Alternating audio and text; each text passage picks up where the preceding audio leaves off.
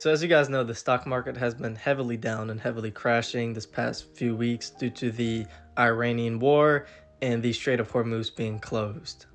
And with that comes a lot of buying opportunities. So today I'm going to be highlighting 3 of the best ETFs to invest into.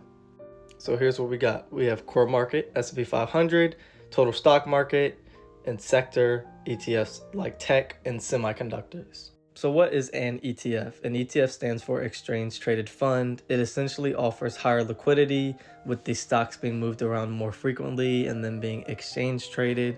It's a basket of stocks that are actively managed by a professional portfolio manager. So the difference between this and an index fund is that this deviates away from an index to beat out that index and to outperform. So essentially you as the investor get to pick whatever ETF you invest into, and the professional fund manager will delegate where his allocation is set towards. So first, core market ETFs, S&P 500, you have VOO, you have IVV, you have SPLG. These are all S&P 500 index funds, and essentially you get to invest in the biggest US-based companies, naming the 500 of them like Nvidia, Microsoft, Google, Amazon, etc., you name it, based off market cap. And this is a huge growth driver of the United States economy. So if this were to crash, if the S&P 500 were to crash, we'd have bigger issues to worry about. Next is total stock market. So it expands its grasp outside of the United States and diversifies into international companies like TSM, ASML, etc. And most of these total stock market ETFs are equally weighted. You have VTI, you have VT, and you have SCHB.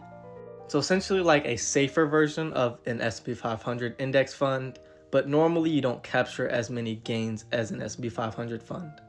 Lastly is a sector ETF. Tech/semiconductors have been rallying these past few years because of the AI boom and the need for tech. Your notable names are QQQ/QQQM, QQQM with the lower expense ratio and it being newer. You have SMH, which is a semiconductor ETF, and you have Vanguard's Information Technology ETF, VGT. Now, the only thing with this last sector ETFs with tech and semiconductor is that they have huge drawdowns, meaning they can lose a lot of money or they can gain a lot of money.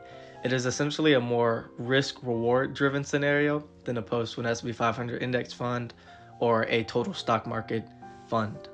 But I also do wish to mention that I have made a lot of money following the semiconductor trade. Any thoughts, comments, questions, or concerns, please leave them in the comments or DM me. Have a nice day.